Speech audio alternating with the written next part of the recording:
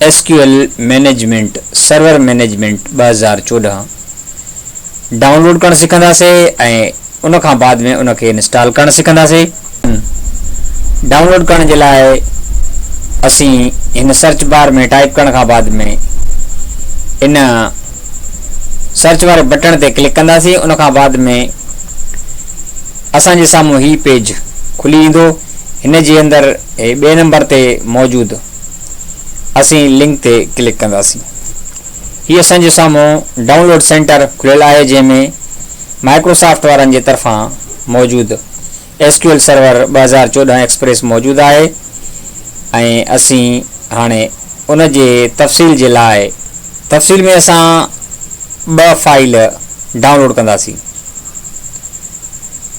पहिरीं फाइल आहे असीं एक्सप्रेस 64 बिट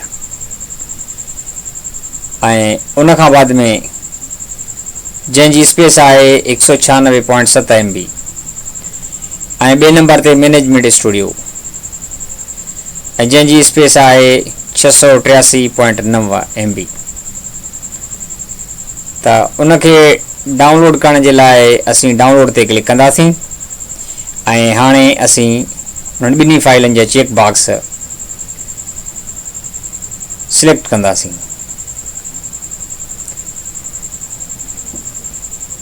ॿिए नंबर ते मैनेजमेंट स्टूडियो 64 बिट तव्हां जेकॾहिं 32 बिट डाउनलोड करणु चाहियो त पोइ ही मथी लिंक तव्हां क्लिक कंदव।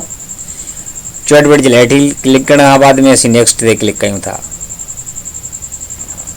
जीअं त असांजे साम्हूं उन जी डाउनलोडिंग शुरू थी वई। हीअ असांजे साम्हूं उन जी डाउनलोडिंग हली रही आहे।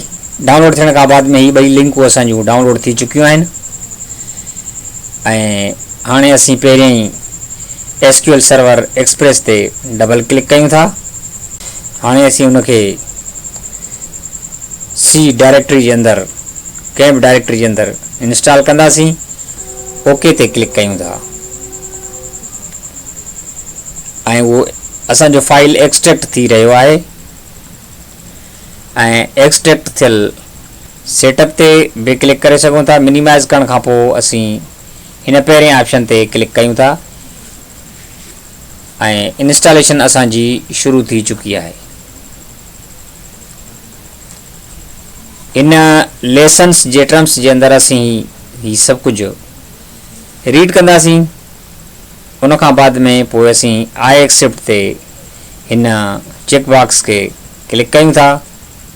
उन खां बाद में ॿिए नंबर वारे चेक बॉक्स ते बि क्लिक कयूं था। हाणे नेक्स्ट ते क्लिक कयूं था। उन खां पोइ असीं अपडेट जे ऑप्शन ते क्लिक कंदासीं। अपडेट जे ऑप्शन खां बाद में असीं हाणे नेक्स्ट ते क्लिक कंदासीं।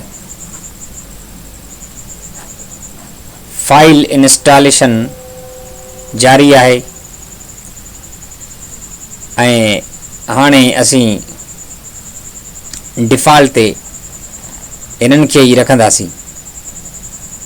इंस्टेंस डायरेक्टरी असांजी C आहे, शेयर डायरेक्टरी बि असांजी C आहे ऐं उन खां पोइ असीं नेक्स्ट ते हाणे क्लिक कंदासीं। उन जी डिफ़ॉल्ट इंस्टेंस SQL एक्सप्रेस आहे। असीं उन खे ई रहण ॾियूं था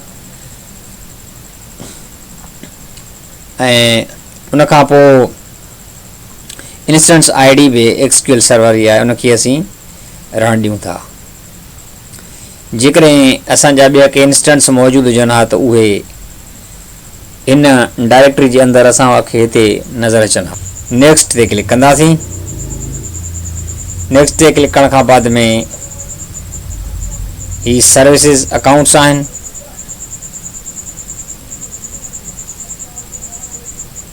इन में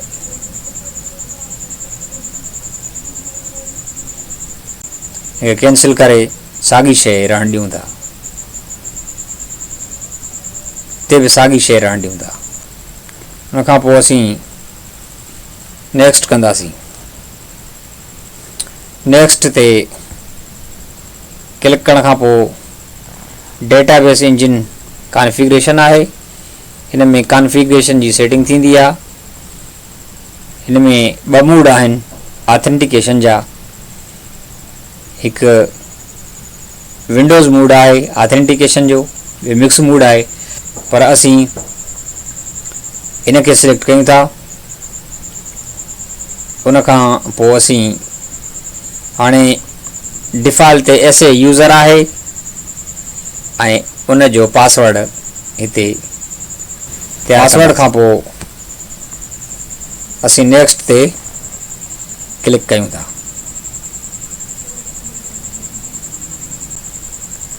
ऐं असांजी इंस्टॉलेशन कंप्लीट थी चुकी आहे।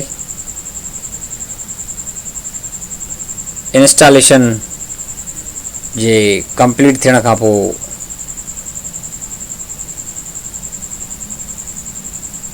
असीं हाणे क्लोज ते क्लिक कंदासीं।